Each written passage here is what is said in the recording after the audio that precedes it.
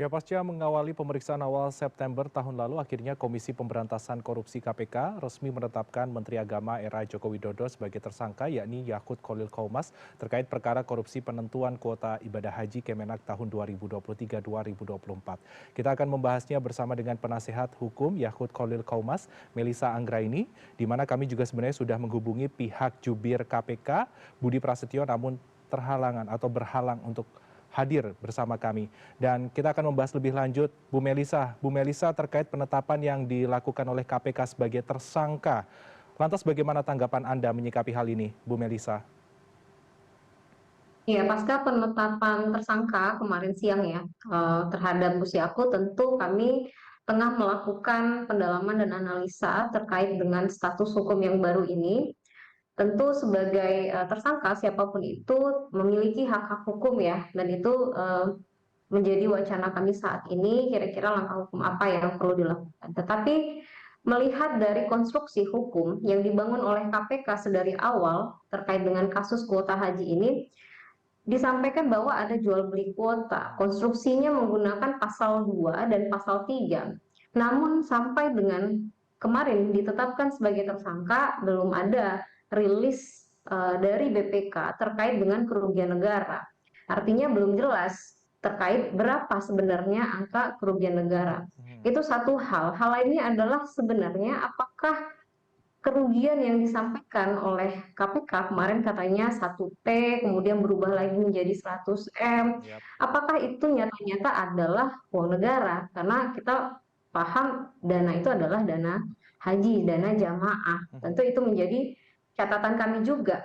Nah, melihat penetapan tersangka dan proses bergulirnya penyidikan ini yang cukup lama, kami tahu bahwa KPK sudah melakukan penyitaan pengembalian uang dari baik itu oknum ASN dari Kemenak ataupun dari pihak travel, tapi sampai detik ini pihak-pihak itu tidak dijadikan tersangka, sehingga tentu kami juga melihat ada selective enforcement, ada ketimpangan dari konstruksi yang dibangun di awal tentang jual beli kuota, tapi ternyata pihak-pihak yang mengembalikan tersebut tidak dijadikan tersangka. Ya, beberapa catatan itu masih kami dalami bersama, seperti itu, Mas. Oke, Bu Melisa, lantas dari catatan yang Anda sampaikan akan ada pendalaman lebih lanjut.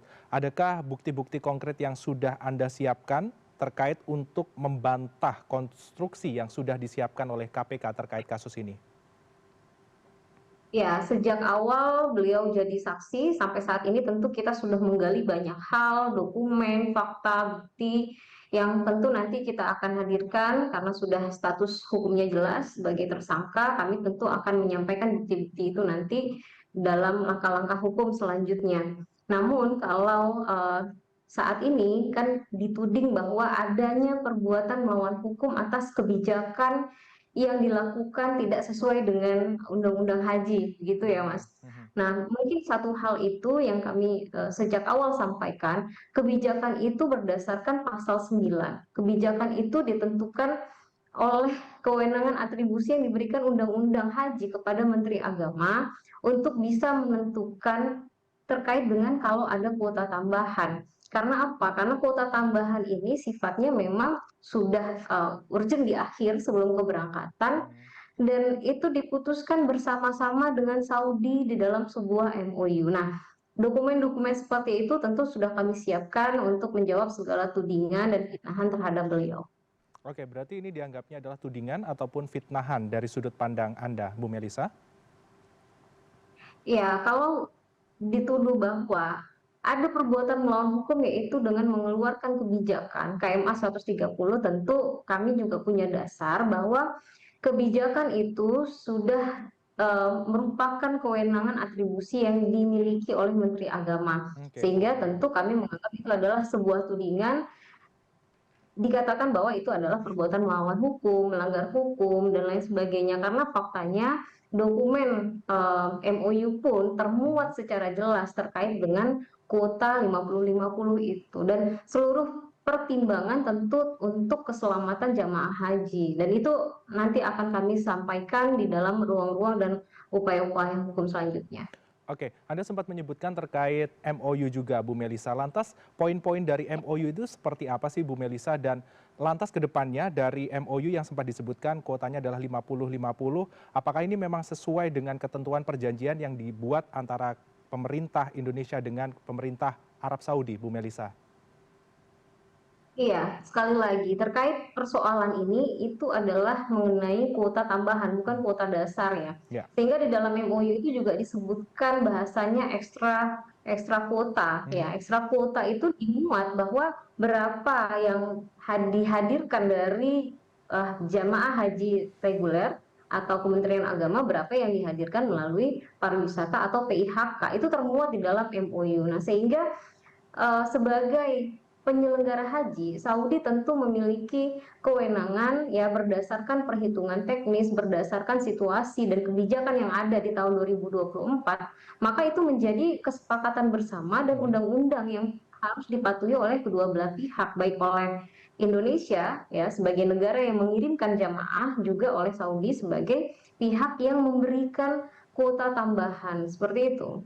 Oke, berarti ada pembahasan lebih lanjut terkait kuota tambahan ini yang notabene sudah disesuaikan dengan peraturan yang ada di masa pemerintahan ataupun juga kepemimpinan Yahud Khalil Qaumah, seperti itu ya Bu Melisa. Dan lantas ke depannya proses pendampingan hukumnya ini akan seperti apa Bu Melisa? Mengingat apabila kita kilas balik sebentar saja, ada tidak hanya Yahud Khalil Qaumah saja yang ditetapkan sebagai tersangka terkait kasus korupsi di era Presiden Joko Widodo atau di pemerintahan Joko Widodo. Ada juga Tom Lembong yang pada waktu itu juga ditetapkan sebagai tersangka dalam dugaan kasus korupsi juga. Lantas ke depannya pendampingannya akan seperti apa? Apakah ada follow up atau upaya follow up ke depannya yang mengarah ke amnesti ataupun juga langkah abolisi, seperti itu Bu Melisa dari sudut pandang Anda? Ya, tentu saat ini kita masih melakukan berbagai pendalaman langkah-langkah hukum apa yang perlu dilakukan. Tapi intinya setiap orang yang ditetapkan sebagai tersangka tentu memiliki upaya-upaya hukum yang ditentukan oleh konstitusi.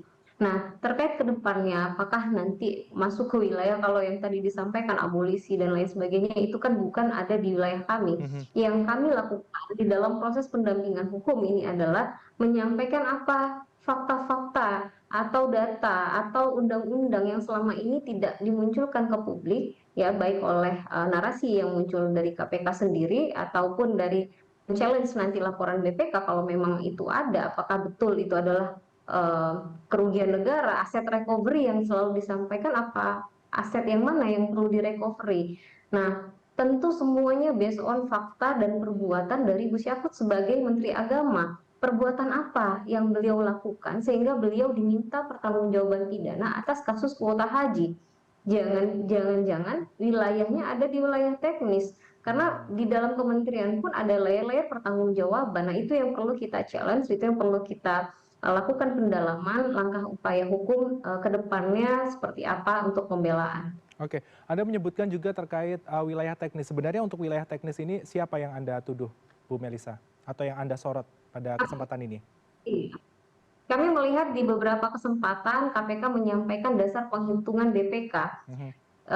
KPK menyampaikan ada 67 jamaah yang ternyata sudah berangkat sebelum 10 tahun, ada jamaah yang kira-kira seperti memalsukan dokumen, dianggap kesalahan menteri karena hal-hal seperti itu terkait dengan Hmm. pengisian kuota. Nah, mungkin itu ada kekeliruan Mhm. bahwa wilayah teknis pengisian kuota itu bukan ada di ruang kewenangan Menteri Agama. Karena Menteri Agama, ruang dan kewenangannya adalah kebijakan Kebijakan. strategis.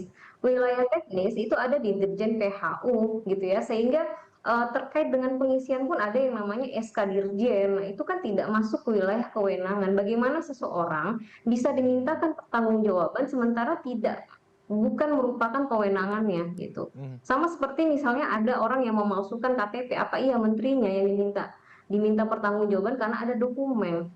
Nah, seperti itu mungkin sejauh ini kita akan terus mengumpulkan Mhm. bukti-bukti yang ada, tapi pada intinya kita menghormati seluruh proses hukum ini. Kita juga berharap Mhm. ada proses hukum yang transparan dan adil bagi Gus Yakut sebagai klien kami. Oke, baik Bu Melisa, mungkin terakhir dari kami terkait penetapan tersangka ini. Sejauh ini dari pihak Anda, khususnya mewakili Yahut Khalil Qaumas, apakah sudah ada konsultasi lebih lanjut atau koordinasi lebih lanjut dengan pihak KPK setelah penetapan ini, Bu Melisa?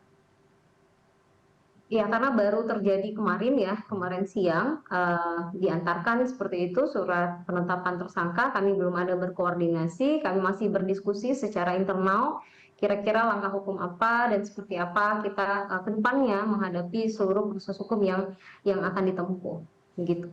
Oke, dari pihak KPK juga menyatakan akan berkoordinasi dengan pihak BPK ke depannya terkait jumlah kerugian yang diduga terjadi imbas kasus ini. Dari sudut pandang Anda terkait koordinasi pihak KPK dengan BPK ini seperti apa? Apakah ini diada-adakan saja atau bagaimana? Sejak awal KPK yang kita tahu bersama, KPK belum juga mengumumkan status tersangka dengan eh, alasan bahwa menunggu hasil penghitungan kerugian negara dari BPK. Mhm. Sehingga panjang prosesnya. Kami pun juga menantikan itu. Namun ternyata proses penetapan tersangka pun tetap dilakukan bahkan sebelum ada penghitungan resmi dari BPK. Nah, tentu ini menjadi pertanyaan besar kami terkait dengan koordinasi tentu bahwa BPK berkoordinasi berdasarkan permintaan dari KPK untuk melakukan audit investigatif. Nah, proses itu mungkin memang layak untuk dilakukan dan kita memang masih menunggu juga ya dengan segala upaya hukum yang mungkin kita lakukan juga ke depan. Oke, poin pembelaannya apa saja sih Bu Melisa dari pihak Yakut Khalil Qaumas sejauh ini atas asas praduga tak bersalahnya?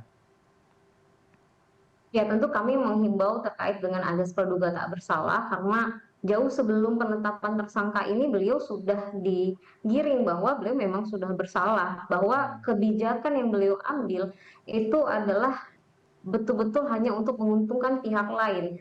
Meskipun sampai detik ini yang diuntungkan justru tidak dijadikan tersangka kalau memang konstruksi hukumnya seperti itu. Mhm. Nah, terkait dengan strategi pembelaan tentu kita tetap fokus kepada menyampaikan fakta, menyampaikan data sesuai dengan tugas dan tanggung jawab beliau sebagai Menteri Agama, sesuai dengan apa yang dia lakukan, karena di luar dari tugas dan tanggung jawab tentu seseorang tidak bisa dimintakan pertanggungjawaban pidana. Mhm. Saya pikir KPK, BPK ataupun PPATK juga sudah mengantongi berbagai bukti gitu ya, seperti hal yang kami yakini bahwa tidak ada aliran dana terhadap beliau atas kasus Mhm. ini gitu. Oke, tidak ada aliran dana terhadap Yakut Khalil Qaumas, namun lebih cenderung ke arah teknis dari sudut pandang Anda, Bu Melisa.